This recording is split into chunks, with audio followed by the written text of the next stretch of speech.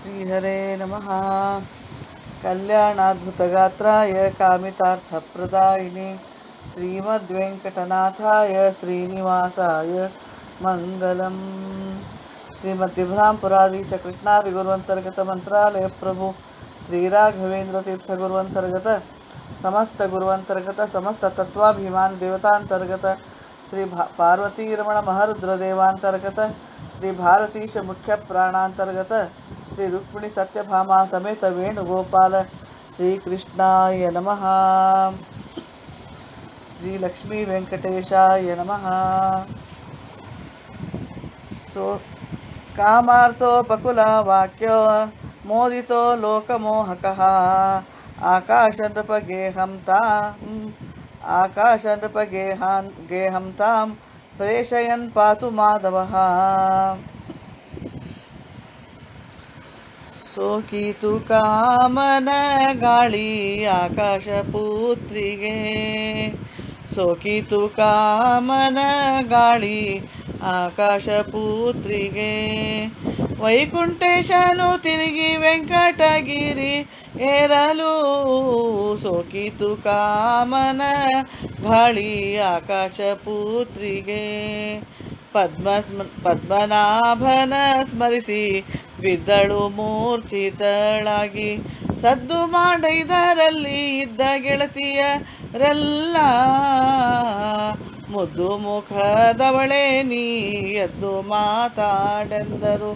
ಪದ್ಮಿನಿಯರು ತಾ ಕೇಳಿ ಎದ್ದು ನುಡಿಯದೆ ಇರಲು, ಸಿದ್ದು ಮಾಡಿ ಬೇಗೊಬ್ಬ ಬುದ್ಧಿವಂತೆಯ ಕಳುಹಿ, ಗದ್ದಲವು ಮಾಡದೆ ಅಂದಣವನು ತರಿಸಿ, ಪದ್ಮಗಂಧಿಯೇ ಕೊಂಡು ಎದ್ದು ನಡೆದರು ಪುರಕ್ಕೆ. ಸುದ್ದಿ ಹರಡಿತು ಅಲ್ಲಿ ಗದ್ದಲಾಯಿತು ಬಹಳ, ಸೋಕಿತು ಕಾಮನ ಗಾಳಿ ಆಕಾಶಪುತ್ರಿಗೆ. ಬಂದಳಲ್ಲಿಗೆ ತಾಯಿ ಅಂದಳಿ ಪರಿ ನೋಡಿ, ಇಂದು ಎಲ್ಲಿಗೆ ಚಿಕ್ಕ ಕಂದಮ್ಮ ನೀ ಹೋಗಿದ್ದೆ, ಚಂದದ ನಿನ್ನ ಮುಖವು ಇಂದು ಬಾಡಿಹುದೇಕೆ, ಇಂದು ಮೈಯೊಳು ಜ್ವರ ಬಂದಿಹುದೇ ಕಮ್ಮಯ್ಯ, ಮುಂದೆ ಮಾತಾಡದಿರಲು ತಂದೆ ಕೇಳಿದನಾಗ, ಸುಂದರಿ ಎಳೆದಾರ ನೀನಂದರಮ್ಮಯ್ಯ ನಿನಗೆ, ಇಂದು ಅವರನ್ನು ಬಿಡದೆ ಕೊಂದು ಹಾಕುವೆ ಪೇಳು, ಅಂದ ಮಾತಿಗೆ ತಾನು ಒಂದು ಮಾತಾಡಲೊಳ್ಳಳು, ಸೋಕಿತು ಕಾಮನ ಗಾಳಿ ಆಕಾಶಪುತ್ರಿಗೆ. ತಿಳಿಯಲೊಲ್ಲದು ಎಂದು ಬಳಲಿ ಆಕಾಶ ರಾಜ, ಕಳವಳಿಸುತ್ತ ಕಳಿಸಿ ಬಲ್ಲವರನ್ನು, ತಿಳಿಯಬಲ್ಲವರೆಲ್ಲ ತಿಳಿದು ಹೇಳಿರಿ ಎಂದ. ಕೆಲವರೆಂದರು ಪಿತ್ತ ತಲೆಗೆ ಏರಿಹುದೆಂದು, ಕೆಲವರೆಂದರು ಭೂತ ಬಲಿಯ ಚೆಲ್ಲಿರಿ ಎಂದು, ಕೆಲವರೆಂದರು ಗ್ರಹಗಳ ಬಾಧೆ ಇರುವುದು ಎಂದು, ಉಳಿದ ಮಂದಿಗೆ ಮತ್ತೆ ತಿಳಿಯಲಾಗದಾಯಿತು. ಚಲುವನಂತಾದ್ರೀಶನ ಚಲುವಿಕೆಯನೆ ಕಂಡು, ಸೋಕಿತು ಕಾಮನ ಗಾಳಿ ಆಕಾಶಪುತ್ರಿಗೆ. ವೈಕುಂಠೇಶನು ತಿರುಗಿ ವೆಂಕಟಗಿರಿ ಏರಲು, ಸೋಕಿತು ಕಾಮನ ಗಾಳಿ ಆಕಾಶಪುತ್ರಿಗೆ.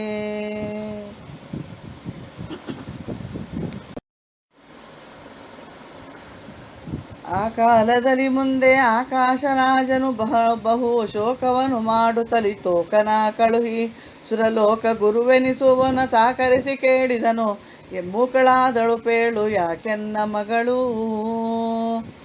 ನಾಕೇಶ ಗುರು ಹೀಗೆ ತಾ ಕೇಳುತ್ತಲಿ ನುಡಿದ, ಆಕಾಶ ನೃಪ ಚಿಂತೆ ಯಾಕೆ ಬ್ರಾಹ್ಮಣರ ನೀ ಕರೆಸಿ ಶಿವಗೆಯೇ ಅಭಿಷೇಕ ಮಾಡಿಸು, ರುದ್ರ ಏಕಾದಶಾವರ್ತಿ ಏಕಚಿತ್ತದಲೇ.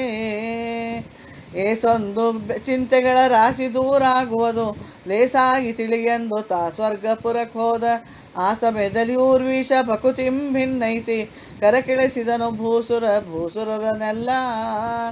ಆಸನಾದಿಗಳಿಂದ ಲೇಸಾಗಿ ವರವಸ್ತ್ರ ಭೂಷಣಾದಿಗಳಿಂದ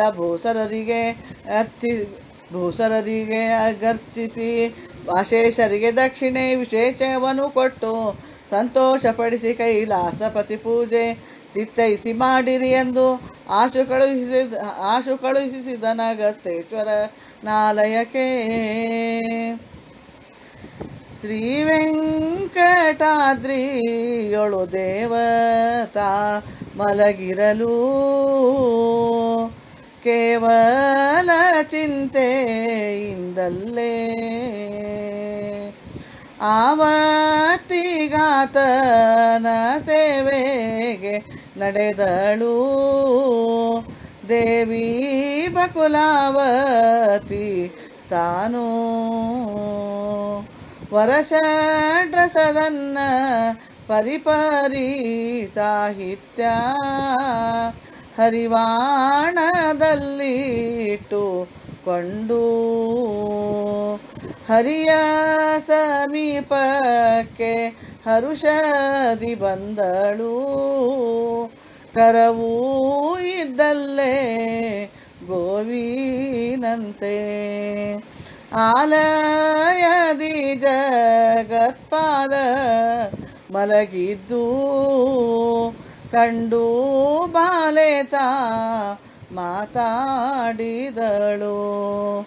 ಏಳಯ್ಯ ಉಣಲೇಳೋ ಬಾಲಯ್ಯ ವೆಂಕಟ ಬಹಳೋತ್ತು ಆಯಿತು ಇಂದು.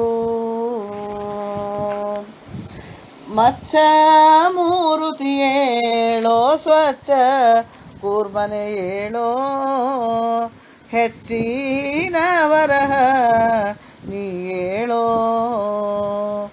ವತ್ಸ ಪ್ರಹ್ಲಾದಗೆ ಮೆಚ್ಚಿದಾತನೆ ಏಳೋ ಅಚ್ಯುತ ವಾಮನ ಏಳೋ. ಶುದ್ಧ ಭಾರ್ಗವ ಏಳೋ ಬಿದ್ದಂಥ ಶಿಲೆಯನ್ನು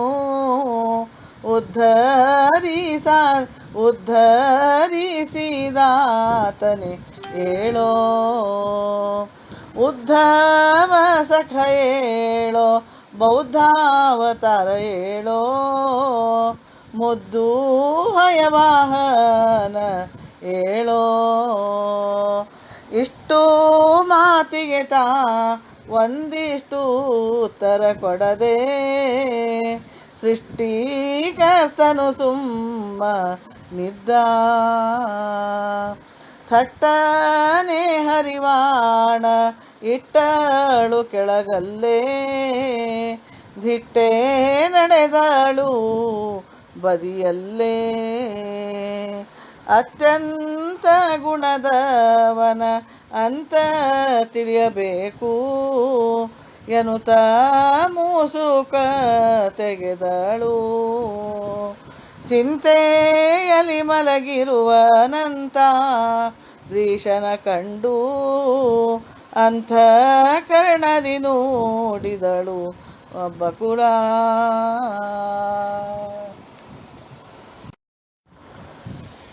ಯಾಕೆ ಮಲಗಿದೀನಿ ಏಳೋ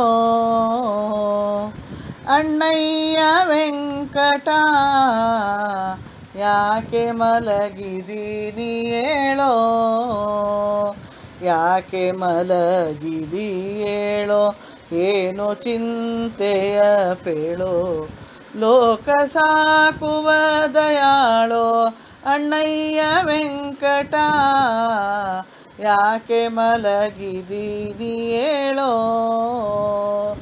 ಭಾಳ ಬಳಲಿದೆಯೋ ಹಸಿದು ಮಾತಾಡದಂಥ ಮೂಲ ಕಾರಣವೇನಿದು, ಹಾಲು ಸಕ್ಕರೆ ತುಪ್ಪ ಯಾಲಕ್ಕಿ ಪರಮನ ಬಾಲಯ್ಯ ನೀನು ಉಣಲೇಳೋ, ಯಾಕೆ ಮಲಗಿದೀನಿ ಏಳೋ.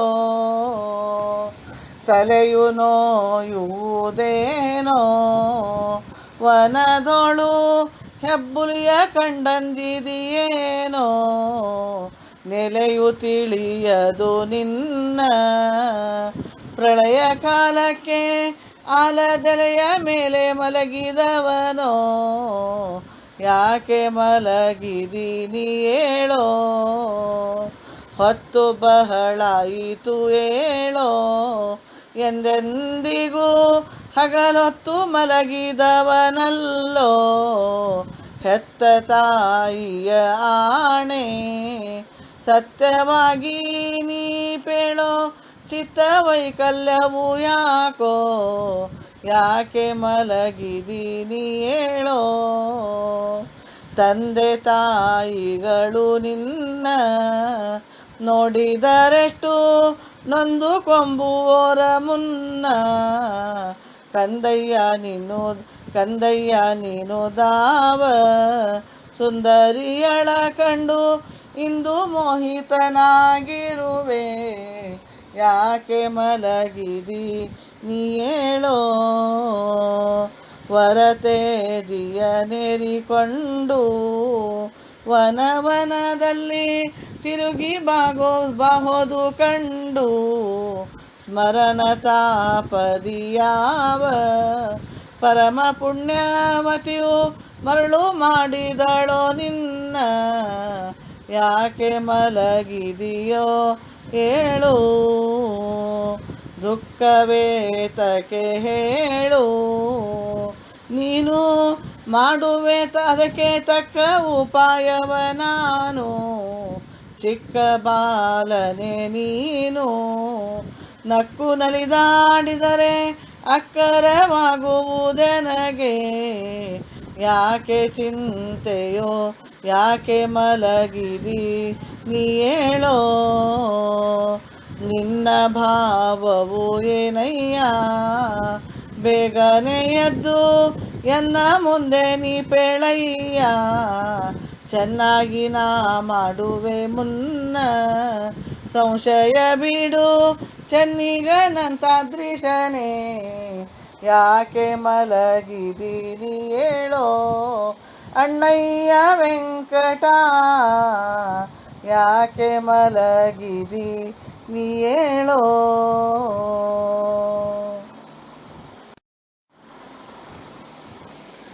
ಈ ರೀತಿ ನುಡಿ ಕೇಳಿ ಶ್ರೀರಮಾರಮಣ ಕಣ್ಣೀರು ಒರೆಸುತ್ತಲೆದ್ದವು.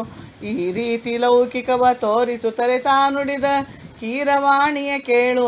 ಆರು ಎನ ದುಃಖ ಪರಿಹಾರ ಮಾಡುವರು. ಘೋರ ದುಃಖವು ತನಗೆ ಮೀರಿ ಬಂದರೆ ಮುನ್ನ ಆರು ತನ್ನವರಿಲ್ಲ ಆರಿಗೂ ಸುರಲಿ ನಾನು. ಆರಿಗೆ ಹೇಳಲಿ ಮತ್ತೆ 100 ಮಾತುಗಳ್ಯಾಕೆ ಸಾರಿ ಹೇಳುವೆ ನಿನಗೆ ಸಾರಾಂಶ ಮಾತು. ನೀನೆ ತಾಯಿಯು ಎನಗೆ ನೀನೆ ತಂದೆಯು ಎನಗೆ ನೀನೆ ಮತ್ತೆ ನೀನೆ ಎನಗಿರಿಯಣ್ಣ. ನೀನೆ ಸೋದರ ಮಾವ ನೀನೆ ಎನಗುದ್ದವನು ನೀನೆ ಎನಗಕ್ರೂರ ನೀನೆ ಗಜರಾಜೇಂದ್ರ ನೀನೆ ಪ್ರಹ್ಲಾದ. ನೀನೆ ಎನಗಜಮಿಳನು ನೀನೆ ನೀನೆ ಎನಗೆ ಧ್ರುವರಾಯ. ನೀನೆ ಎನಗರ್ಜುನನು ನೀನೆ ದ್ರೌಪದಿ ದೇವಿ. ನೀನೆ ಸರ್ವವು ಎನಗೆ ನಾನು ನಿನ್ನವನು ತಿಳಿ. ನೀನೆ ಸರಿ ಎನ್ನ ಅಭಿಮಾನ ರಕ್ಷಕಳು. ನಿನ್ನ ಹೊರತು ಮತ್ತಿನ್ನು ಎನ್ನ ಹಿತಕರು ಎನಗೆ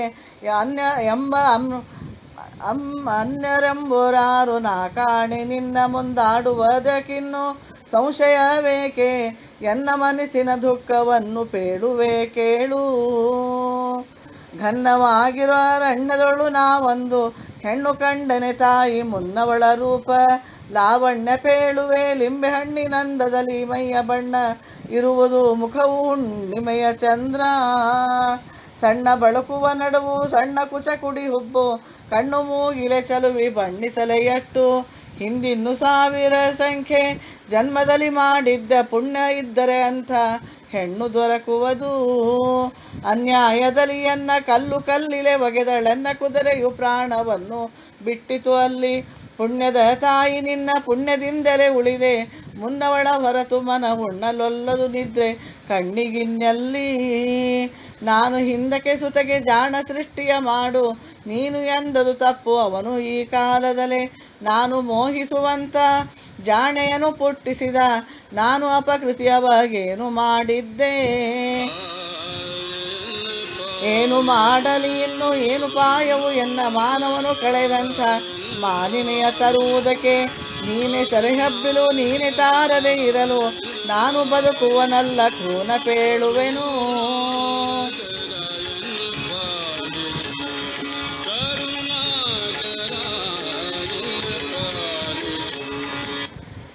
ಮೀನಾಕ್ಷಿ ತಿಳಿ ಜೀವ ದಾನ ಮಾಡಲು ದೇವ ಯಾನ ಬರುವುದು ಹೆಚ್ಚು, ಏನು ಹೇಳಲಿ ಹಿರಿಯ ತಾಯ್ತನ ನಿನ್ನಲ್ಲಿ ಉಂಟು ಕ್ಷೋಣಿಯಲ್ಲಿ ಕೀರ್ತಿ ಪಡಿ.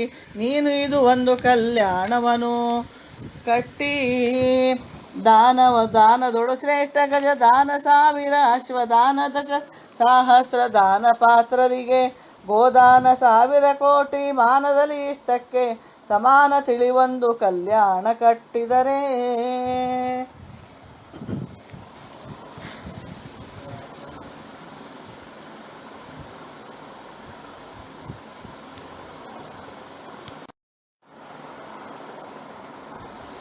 ದೇವೇಶನು ನುಡಿದಂಥ ಆವಾಕ್ಯಕ್ಕೆ ಬಕುಲ ದೇವಿ ತಾನುಡಿದಳು ಆವ್ಯಾಳಕ್ಕೆ ಹೀಗೆ. ದೇವಾಧೀಶನೆ ನಿನ್ನ ಕೇವಲ ಮರುಳು ಇವತ್ತಿಗೆ ಮಾಡಿದಳು ಯಾವಾಕೆ ಪೇಳು. ಯಾವಲ್ಲಿರುವಳಾಕೆ ಯಾವಾತನ ಮಗಳು ಪೂರ್ವ ಜನ್ಮದಲಾಕೆ ಯಾವಾಕೆ ಪೇಳು. ಯಾವ ಕಾರಣದಿಂದ ಈ ಊರಿಯೊಳು ಭಾವಿಸಿ ಬಂದಿಹಳುವ ವಾರ್ತೆ ಪೇಳೋ. ಅಂಥ ಕರ್ಣವ ಮಾಡುವಂಥ ಜನನಿಯಳ ಇಂಥ ಮಾತನು ಲಕ್ಷ್ಮೀಕಾಂತ ತಾ ಕೇಳಿ. ಅಂತರಂಗದಲ್ಲಿರುವ ವೃತ್ತಾಂತಗಳೆಲ್ಲ ಚಿಂತಿಸಿ ನುಡಿದ ಶ್ರೀಮದಾನಂತದ್ರೀಶ.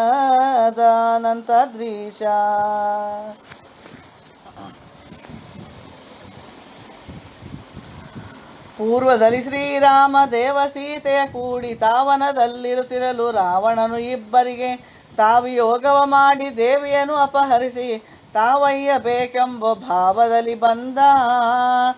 ಆ ವೇಳೆಯಲ್ಲಿ ರಾಮ ದೇವಪತ್ನಿಯು ತನ್ನ ರೂಪ ನಿರ್ಮಿಸಿ ಅಗ್ನಿ ದೇವಪತ್ನಿಯಲ್ಲಿದ್ದ ಶ್ರೀ ವೇದವತಿಯನ್ನು ದೇವೇಂದ್ರನ ಸಹಿತ ಆವಾಹನವ ಮಾಡಿ ತಾವಾಸ ಮಾಡಿದಳು ಕೈಲಾಸದಲ್ಲಿ.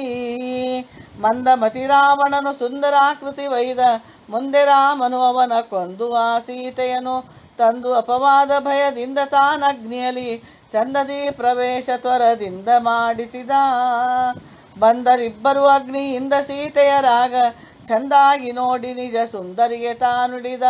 ಇಂದು ನಿನ್ನಂತಾಕೆ ಬಂದವಳು ಇವಳ್ಯಾರು ಎಂದ ಮಾತಿಗೆ ಸೀತೆ ಅಂದಳು ಹೀಗೆ.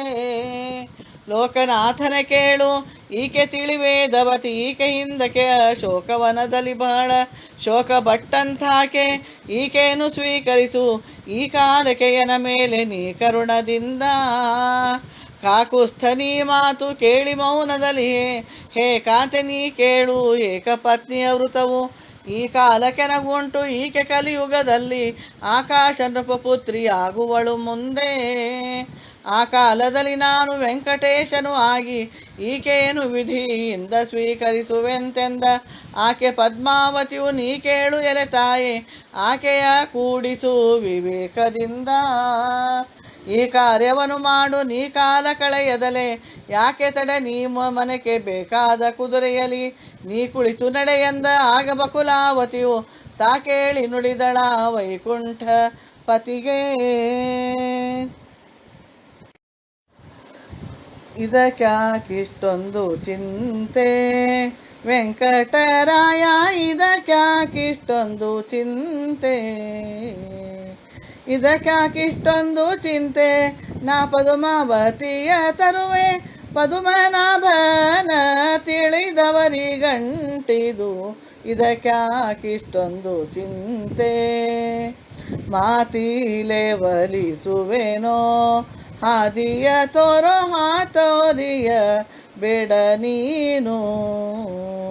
ಸೋತು ಕಣ್ಣಿಗೆ ನಿದ್ರೆ ಆತುರಾದರೆ ಏನು ಕೂತು ಮಲಗಬೇಕೋ ನೀ ತಿಳಿದೇವನೇ ಇದಕ್ಯಾಕಿಷ್ಟೊಂದು ಚಿಂತೆ. ಬರುವೆ ನೀ ಕಾರ್ಯ ಮಾಡಿ ಸುಮ್ಮನೆ ಅನಕ ಇರುತ್ತೀರು ಧೈರ್ಯ ಮಾಡಿ. ತೊರೆ ಮಾಡಿ ಹಸಿವೆಯು ಭರದಿದ್ದ ಕ್ಷಣಕ್ಕೇನು ಎರಡು ಕೈಯಲುಂಬುರೆ ಪರಮ ಪುರುಷನೇ ಇದಕ್ಯಾಕಿಷ್ಟೊಂದು ಚಿಂತೆ. ಧರೆಯೋಳಿಲ್ಲಿದ್ದರೇನೋ ನಿನ್ನವಳಾಕೆ ಸರಸದಿ ತಿಳಿಯೋ ನೀನು. ಕರಗಿದ ತುಪ್ಪವು ಹರಿವಾಣವನು ಬಿಟ್ಟು ಹರಿದು ಹೋಗುವುದೇನೋ ವರದ ಅನಂತಾದ್ರೀಶ ಇದಕ್ಯಾಕಿಷ್ಟೊಂದು ಚಿಂತೆ. ವೆಂಕಟರಾಯ ಇದಕ್ಯಾಕಿಷ್ಟೊಂದು ಚಿಂತೆ. ಇದಕ್ಯಾಕಿಷ್ಟೊಂದು ಚಿಂತೆ. ನಾ ಪದುಮಾವತಿಯ ತರುವೆ ಪದುಮನಾಭನ ತಿಳಿದವರಿಗಂಟಿದು ಇದಕ್ಯಾಕಿಷ್ಟೊಂದು ಚಿಂತೆ. ಇಷ್ಟು ಮಾತಿಗೆ ಹರಿಯು ತಟ್ಟನೆ ಮಾಯದಲ್ಲಿ ದಿಟ್ಟಾದ ಕುದುರೆಯ ಸೃಷ್ಟಿಯನ್ನು ತಾ ಮಾಡಿ ಕೊಟ್ಟು ನುಡಿದ ನೆಟ್ಟಗೆ ಮಾರ್ಗವಿದು ಮೆಟ್ಟಿನಿ ನಡಿಯಮ್ಮ ಬೆಟ್ಟವನು ಇಳಿದು. ಬೆಟ್ಟದ ಕೆಳಗಿರುವ ಶ್ರೇಷ್ಠ ಕಪಿಲೇಶ್ವರನ ದೃಷ್ಟಿಯಿಂದ ಕಾಣುತ್ತಲೇ ಥಟ್ಟನೆ ಕೈ ಮುಗಿದು ಗಟ್ಟಿ ಮುಟ್ಟಿ ಬರಬೇಡಮ್ಮ ನೀ ಬೆಟ್ಟದ ವೆಂಕಟಗೆ ಥಟ್ಟನೆ ಕಲ್ಯಾಣ ಕಟ್ಟಲೆಂದು. ಮುಂದೆ ಶುಕಮುನಿ ಇದ್ದ ಚಂದದಾಶ್ರಮಕ್ಕೆ ಹೋಗಿ ವಂದಿಸಾತನಿಗೆ ನೀನು ಮುಂದೆ ಕಲ್ಯಾಣ ಬರಲೆಂದು ಬಯಸುವಂಥ ಕಂದ ಗೋವಿಂದ ನಿನಗೊಂದಿಸಿದನೆಂದೇಳು ಚಂದದಿಂದ. ಮುಂದೆ ಪದ್ಮಾಖ್ಯ ಬಹು ಚಂದಾದ ತೀರ್ಥದಲ್ಲಿ ಸುಂದರರು ಕೃಷ್ಣ ರಾಮರೆಂದು ಎನಿಸುವರಲ್ಲಿ ವಂದಿಸಿ ಅವರಿಗೆ ಭಕ್ತಿಯಿಂದ ಪೂಜಿಸು ಕಾರ್ಯ ಚಂದಾಗಿ ಕೈಗೂಡಲೆಂದು ನೀನು. ಹಾಗೆ ಮುಂದಕ್ಕೆ ಮತ್ತೆ ಸಾಗಿ ಆಕಾಶಪುರಕ್ಕೆ ಹೋಗಿ ಪದ್ಮಾವತಿಯ ಬೇಗ ಘಟನೆಯ ಮಾಡು. ಯೋಗ ಬಲ್ಲವಳಿಗೆ ಹೆಚ್ಚಾಗಿ ಹೇಳಲಿ ಏನು ಹೇಗೆ ಕಾರ್ಯಾದಿತೋ ಹಾಗೆ ಮಾಡು. ನಾಗಶಯನನ ಮಾತು ನಾಗವೇಣಿಯು ಕೇಳಿ ನಾಗಗಿರಿ ಇಳಿದು ಚೆನ್ನಾಗಿ ನಡೆದಳು ಹರಿಯು. ಹಾಗೆ ಹೇಳಿದನು ಅದರ ಹಾಗೆ ಮಾಡುತ್ತಾ ಮುಂದೆ ಬೇಗ ಅಗಸ್ತ್ಯಾಶ್ರಮಕ್ಕೆ ಸಾಗಿದಳು ತಾನು. ಮುಂದೆ ಅಗಸ್ತ್ಯೇಶ್ವರನ ಮೋದದಲ್ಲಿ ಬಲಗೊಂಡು 5 ಸಂಖ್ಯಾಕ ನತಿಗೈದು ಕುಳ್ಳಿರಲು ಅಲ್ಲಿ ಶ್ರೀಧರನ ಕಾರ್ಯದಲ್ಲಿ ಸಾಧಕಳು ಆಗಿ ಬೋಧಿಸಿ ಪರಿಯು ಬಕುಲಾದೇವಿಯನ್ನು ಕಳುಹಿ ಹಾದಿ ತೋರಿಸಿದಂತ ಶ್ರೀಮದಾನಂತ ಭೂಧರೇಶನ ಪೂರ್ಣ ದಯದಿ ವಿಘ್ನಗಳೆಲ್ಲ ಅಂತದ್ರೀಶನ ಪೂರ್ಣ ದಯದಿ ವಿಘ್ನಗಳೆಲ್ಲ ಕೊಯ್ದು ಮುಗಿತು ಇಲ್ಲಿಗೈದು ಅಧ್ಯಾಯ. ಶ್ರೀಮಧ್ವಾಂತರ್ಗತ ಶ್ರೀಕೃಷ್ಣಾರ್ಪಣಮಸ್ತು.